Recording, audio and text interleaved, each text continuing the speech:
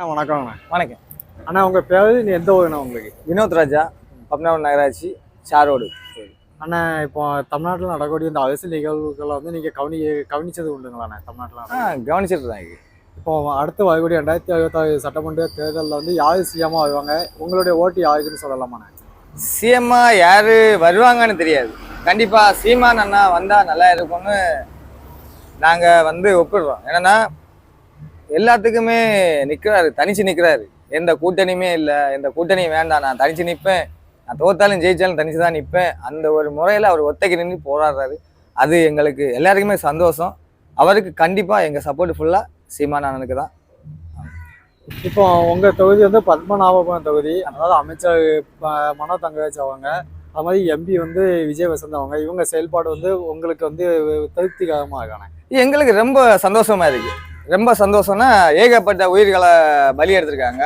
அப்புறம் என்னன்னா நம்ம கன்னியாகுமரி வளங்களை எல்லாம் ரொம்ப தார வார்த்து கொடுத்துருக்காங்க. அதில் எங்களுக்கு நாம் தமிழ் கட்சி மூலமாட்டு எங்களுக்கு சந்தோஷம். அதுவும் இல்லாமல் என் அடுத்த தலைமுறைகளுக்கு ரொம்ப ரொம்ப சந்தோஷமாகும். ஏன்னா அவங்களுக்கு பேர் என்ன வளர்ந்து நிற்கும். ஏன்னா கண்டிப்பாக வளர்ந்து நிற்கும். எதுக்கு வேண்டி வளர்ந்து நிற்கும்னா, நாளைக்கு என் பிள்ளை சொல்லும், அதில் ஒரு மலை இருந்து நான் என் பிள்ளைக்கு சொல்லி கொடுப்பேன், இதுல ஒரு மலை இருந்து அது யாரு எப்படி போச்சு அப்பா அப்படின்னு கேட்பான். நான் அப்ப சொல்லுவேன், இப்படி மனோ தங்கராஜ்னு ஒரு நல்லவர் இருந்தாரு, அவங்க எல்லாமே நல்ல செயல்பாடு பண்ணாங்க, அதை கேரளாக்கு கொடுத்தாங்க, அதனால நம்ம மலையை காணல மக்களே அப்படின்னு சொல்லுவேன். இதுதான் உண்மை. சில கனிமவள கடத்தல் மாதிரி கருத்துக்களை சொல்றீங்க. ஏன் இதுல நாம் தமிழர் கட்சிலாம் நின்று போராடலையா? நாங்க எத்தனையோ போராட்டம் பண்ணியிருக்கோம், எத்தனையோ கேஸுகளை பார்த்துருக்கோம், எத்தனையோ எங்கள் மேலே பொய் புகார்லாம் வழக்கெல்லாம் இப்பவும் தெரியும். சீலான மேலே ஒரு பொய் புகார் கொடுத்து இன்னும் நாங்கள் போராட்டத்துக்கு வேண்டிதான் நிற்கும். இந்த இளநியல் அந்த ஸ்கூல் இருக்கு பக்கத்தில், எல்லாமே எல்லாம் அந்த பஸ் ஸ்டாண்ட் இருக்கு, எல்லாமே அது பக்கத்துல ஒயின் ஷாப் ஓப்பன்ல இருக்கு. இப்போ நாங்கள் அதை மொத்தமாக நீ எடுத்து மாற்றி ஒரு பக்கத்தில் எங்கேயாவது ஒதுக்குப்புறமா வைங்கன்னு தான் சொன்னமே தள்ளி, அந்த போராட்டத்தில் நாங்கள் அரெஸ்ட் ஆகி உள்ளே போனோம். மண்டபத்தில் கொண்டு அடைச்சி போட்டாங்க. அதை வீடியோ எல்லாருக்குமே வந்திருக்கும். நீங்கள் இளைஞர்களால் நான் ஒரு கேள்வி கேட்கேன். இப்போ அதிகமான இளைஞர்கள் புதுசாக தொடங்கிய விஜய் கட்சியை சார்ந்தாங்க. அது மட்டும் இல்லாமல் பெண்களும் விஜய் கட்சி, அதாவது தேவைக்க கட்சியை சார்ந்து இருக்காங்க. இதை நீங்கள் எப்படின்னு பார்க்குறீங்க? இது அவங்க விருப்பம். என்னன்னா கொள்கை கோட்பாடு அந்த ரெண்டு இருக்கு.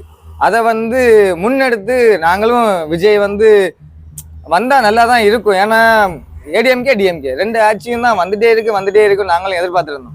இன்னும் ஒரு புதிய கட்சின்னா அப்போ சீமான் அண்ணன் கொஞ்சம் தமிழருக்கு வேண்டி கொஞ்சம் போராட்டி இருக்காரு. அதுக்கு வேண்டி நாங்கள் இது கொடுத்தோம். அப்போ விஜய் வந்தால் அப்போ ஒரு 3 கட்சி ஒரு போட்டிக்கு தான் இருக்கும் அப்படின்னு. ஏன்னா ஏடிஎம்கே கொஞ்சம் தாழ்ந்து போச்சு. அப்போ இது நல்லா தான் இருக்கும்னு தான் நினைச்சோம். ஆனால் அப்புறம் செயல்பாடுகள் விஜய் வந்த பிறகு அந்த செயல்பாடுகள் அவங்களுக்கு கட்சி தொண்டர்கள் காட்டுற கூத்தெல்லாம் பார்த்த பிறகு அது ஒரு கட்சி தலைவராட்டு அவரும் இல்லை, கட்சி தொண்டர்களாகவும் இல்லை. அதுதான் உண்மை. இந்த கரூர் சம்பவமே உங்களுக்கு தெரியும். அது தப்பு தலைவர் மேலே சொல்லவா தொண்டர்கள் மேலே சொல்லவா? அண்ணா வணக்கங்கண்ணா. வணக்கண்ணா. அண்ணா, இப்போ தமிழ்நாட்டில் நடக்கக்கூடிய அரசியலில் நீங்கள் கவனிக்கிறீங்களாண்ணா? ஆமாம். இப்போ 2026 தமிழ்நாட்டில் எலெக்ஷன் நடக்குது, சட்டமன்ற தேர்தல். இதில் யார் சிஎம் தான் நல்லா இருக்கும்? நீங்கள் ஓட்டு போட்டால் எந்த கட்சிக்குண்ணா ஓட்டு போடுவீங்க? ஓட்டு போட்டால் பிஜேபி தான். என்ன காரணம்ண்ணா? காரணம் எதுவும் இல்லை, அவங்க தான் இப்போ தமிழ்நாட்டுக்கு கூடுதலாக இங்கே வரல, கேரளத்தில் இப்போ பிஜேபி தான் வந்திருக்காங்க. அதனால இங்கே பிஜேபி வந்தால் நல்லா இருக்கும்னு நினைக்கிறேன். இப்போ மத்திய அரசில் பிஜேபி தான் ஆளுது. அவங்களோட அரசு மாநில அரசுன்னு வரும்போது தமிழ்நாட்டுக்கு செய்வாங்களா? நீங்கள் ஆமாம் செய்வாங்க. இப்போ கேரளாவில் இவர் சுரேஷ் கோபி எல்லா இடத்துலையும் பண்ணிகிட்டு இருக்காரு. இங்கேயும் பிஜேபி வந்தால் யாராவது ஏதாவது பண்ணுவாங்க. கன்னியாகுமரி மாவட்டத்தை பொறுத்த வரைக்கும் அரசியல் வேட்பாளர்கள் அனைவரும் மத ரீதியாக தான் நியமிக்கப்படுவது. கட்சியில் போடுவதாக ஒரு கருத்து மக்கள் மத்தியில் விமர்சனமாக ஆகுது. இதை நீங்கள் எப்படி பார்க்குறீங்க? உங்கள் இல்லை, இது நாங்கள் மதத்துக்காக எதுவும் பண்ணல. மதம்னா பிஜேபியிலே முஸ்லீமு கிறிஸ்டினு எல்லாருமே இருக்காங்க. அதனால் எப்படி பார்த்தாலும் நாங்கள் பிஜேபி தான் ஓட்டு போடுவோம். சரிங்கண்ணா, நன்றிங்கண்ணா. சரி. வணக்கங்கண்ணா. வணக்கங்க அண்ணா, உங்கள் பேர் நீங்கள் எந்த ஊருண்ணா? நான் ஹனுகுமார், என் பேர். பத்மநாபபுரம் கோட்டைக்குள்ளே இருக்கேன். நான் நகர காங்கிரஸ் கட்சியோட தலைவராக இருக்கேன். காங்கிரஸ் கட்சியானே. அதாவது இப்போ என்னோட கேள்வி என்ன நான் கேட்க வந்தேன்னா, தமிழ்நாட்டில் அடுத்த எலெக்ஷன் வருதுல, அதில் யார் சிஎம்மாக தான் நல்லா இருக்கும்னு கேட்க வந்தேன். உங்களுடைய கருத்துக்களை நீங்க என்ன சொல்லணுமோ அதை சொல்லுங்க. காமராஜர் மாதிரி ஒரு சிஎம் வரணும்னு நான் நினைக்கிறேன். கல்விக்கு, விவசாயத்துக்கு, அடிப்பட்ட மக்களுக்கு சேவை செய்யக்கூடிய ஒரு அரசாக ஒரு அரசு அமைய வேண்டும். அப்படின்னு பார்க்கும்போது காமராஜர் நாங்கள் பல வருஷமாக மிஸ் பண்ணுறோம். காமராஜர் ஆட்சி மீண்டும் தமிழகத்தில் உருவாகணும். அதுதான் என் கருத்து. கண்டிப்பான திருநாட்டில் காங்கிரஸ் தான் சுதந்திரத்தை பெற்று தந்தது. ஒவ்வொரு அடிப்படை வளர்ச்சிகளை நெஹ்ருலேருந்து ஒன்றுமே இல்லாமல் இருந்த இந்தியா சக்கை எடுத்த கரும்பஞ்சக்கை மாதிரி வெளியே போட்டிருந்தாங்க. ஜூஸ் எடுத்த கரும்பு எப்படி இருக்குமோ அப்படி தான் பிரிட்டன் வந்து நமக்கு சுதந்திரம் தந்துட்டு போனாங்க. அடிப்படையாக ஒரு குண்டூசி கூட தயாரிக்க முடியாத ஒரு இந்தியாவை இந்த அளவுக்கு டெவலப் பண்ணது காரணமே காங்கிரஸ் தான்.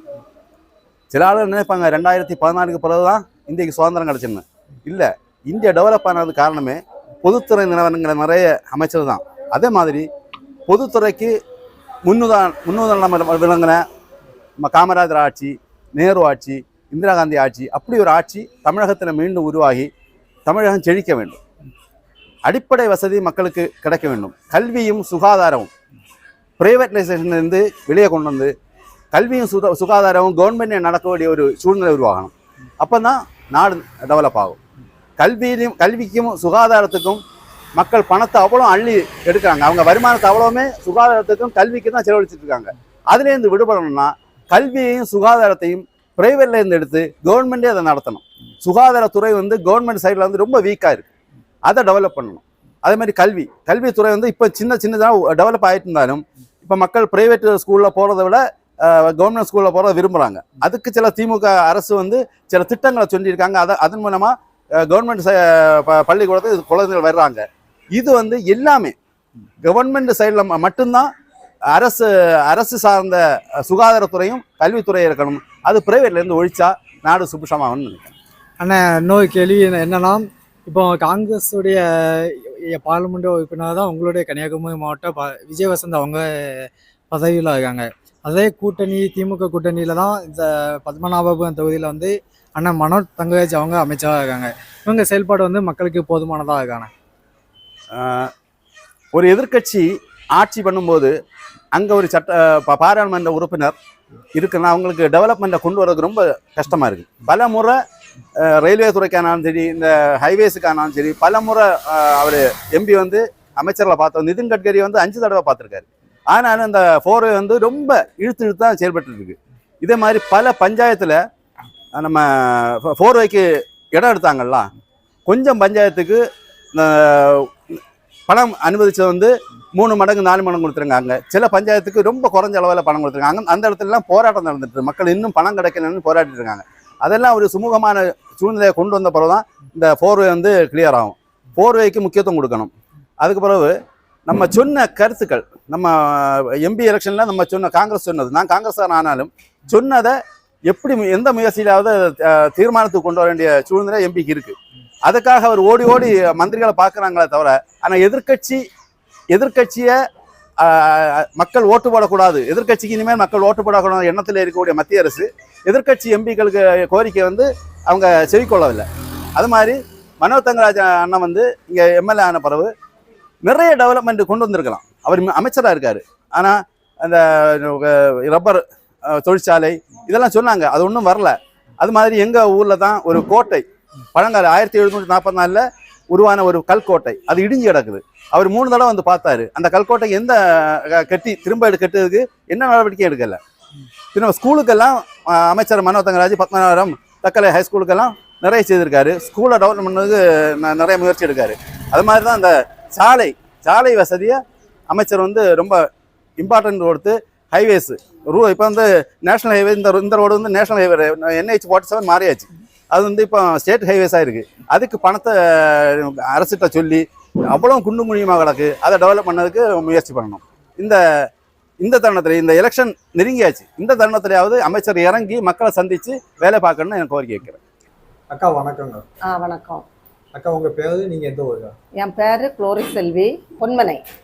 அக்கா, தமிழ்நாட்டில் நடக்கக்கூடிய இந்த அரசியல்களை வந்து நீங்கள் கவனிக்கீங்களாக்கா? கவனிக்க. இப்போ அடுத்த வருஷம், அதாவது 2026 வந்து தமிழ்நாட்டில் எலெக்ஷன் நடக்க போகுது. இந்த எலெக்ஷன் வந்து தமிழ்நாட்டில் வந்து யார் சிஎம்மாக வந்தால் நல்லா இருக்கும், என்ன காரணம்? நீங்க ஓட் போடுறதா இருந்தா யாருக்கு உங்களுடைய வாக்குகளை செலுத்துவீங்க? நான் வந்து ஓட்டு வந்து சீமான் அவருக்கு தான் செலுத்தணும்னு இருக்கேன். என்ன காரணம்? அது என்னன்னு சொன்னால், இதுவரைக்கும் ஆட்சி வந்து எங்களுக்கு ஒரு நல்லது கரெக்டாக செய்யலை. அதனால் ஒரு புது ஆட்சி வந்து நல்ல முறையில் செய்யணும்னு நினச்சி நாங்கள் அவருக்கு ஒரு புதிய ஆட்சி அமைக்கணும்னு இருக்கோம். ஏன்னா இப்போ தமிழ்நாட்டுல வந்து விஜயம் புதுசா கட்சி தொடங்கி இருக்காங்க, அவங்களுக்குலாம் வாய்ப்புகளை கொடுக்கலாமா? இல்லை, நாங்கள் சீமான் அவருக்கு கொடுக்கலான்னு தான் இருக்கோம். இப்போ உங்களுடைய தொகுதியில வந்து அமைச்சர் மனோ தங்கராஜ் இருக்காங்க, பார்லிமெண்ட் உறுப்பினர் விஜய் வசந்தா இருக்காங்க. இவங்க வந்து உங்களுடைய பிரதிநிதிகள் தான். உங்களுடைய செயல்பாடு வந்து உங்களுக்கு போதுமானதா இருக்கா? எங்களுக்கு போதுமானது இல்லை. ஏன்க்கா, என்ன காரணம்? என்னன்னா அவங்க அதை குடிக்க இதை குடிக்கன்னு சொல்லி ஃப்ரீயை சொல்லி எதுவுமே செயலுக்கு கரெக்டான முறையில் எங்களுக்கு நடைமுறையில் வராததுனால எங்களுக்கு கொடுக்கறதுக்கு விருப்பம் இல்லை. இப்போ உங்க பகுதியில வந்து கனிம வள பிரச்சனைகள் வந்து அதிகமா நடக்குது. இதை பத்தி உங்களுடைய கருத்துக்கள் என்னக்கா? என்னன்னா இதுக்கு முன்னே இருந்த கட்சிக்காரங்க எல்லாம் கனி வளத்தை எல்லாம் நாங்கள் நிறுத்தி மக்களுக்கு நல்ல ஒரு இது செய்வோம்னு சொல்லி செய்தாங்க. ஆனால் இது வரைக்கும் அதை பற்றி யாருமே செய்யலை. நான் தமிழ் கட்சி தான் அதை முன்னெடுத்து செய்துட்டு இருக்காங்க. இப்போ பெண்கள் வந்து அதிகமாக இந்த எலெக்ஷன் வந்து தமிழக கட்சி கழகத்தை சாட்டி பேசுறாங்க. இப்போ இதுல வந்து உங்களுடைய பாய்வான எப்படிக்கா? உங்களுடைய கருத்துக்கள் என்ன சொல்லலாம்? எங்களுடைய கருத்துக்கள் என்னன்னா, இதுக்கு முன்னாடி எல்லாருமே எல்லா கட்சிக்காரங்களும் என்ன சொன்னாங்கன்னா, முன்னால் இருந்த கட்சிக்காரங்க நாங்கள் டாஸ்மார்க்கெல்லாம் மூடி பெண்களுக்கு நல்ல பாதுகாப்பு கொடுப்போம்னு சொல்லியிருந்தாங்க. இப்போ எங்களுக்கு அந்த பாதுகாப்பு இல்லை. எந்த இடத்துலையும் எங்களுக்கு பெண்களுக்கு நிமிர்ந்து இறங்க முடியல. பிராண்டி ஷாப்பு போய் தண்ணி அடிச்சுக்கிட்டு பெண்களை வழி நடக்க விடாமல் கொலை நகை பறி பொம்பிள்ளைகளை கற்பழிக்கிறது இந்த மாதிரி உள்ள கஷ்டங்கள் இருக்கிறதுனால நாங்கள் அதுக்கு தேவையில்லைன்னு சொல்லி இருக்கோம்.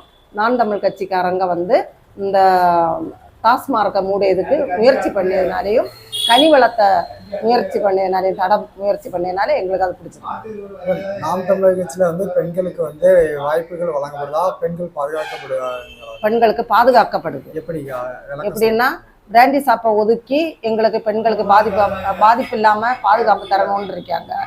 டாஸ்மார்க்கில் போய் தண்ணி அடித்து வந்து தான் பொம்பளைகளை அசிங்கப்படுத்தியாங்க.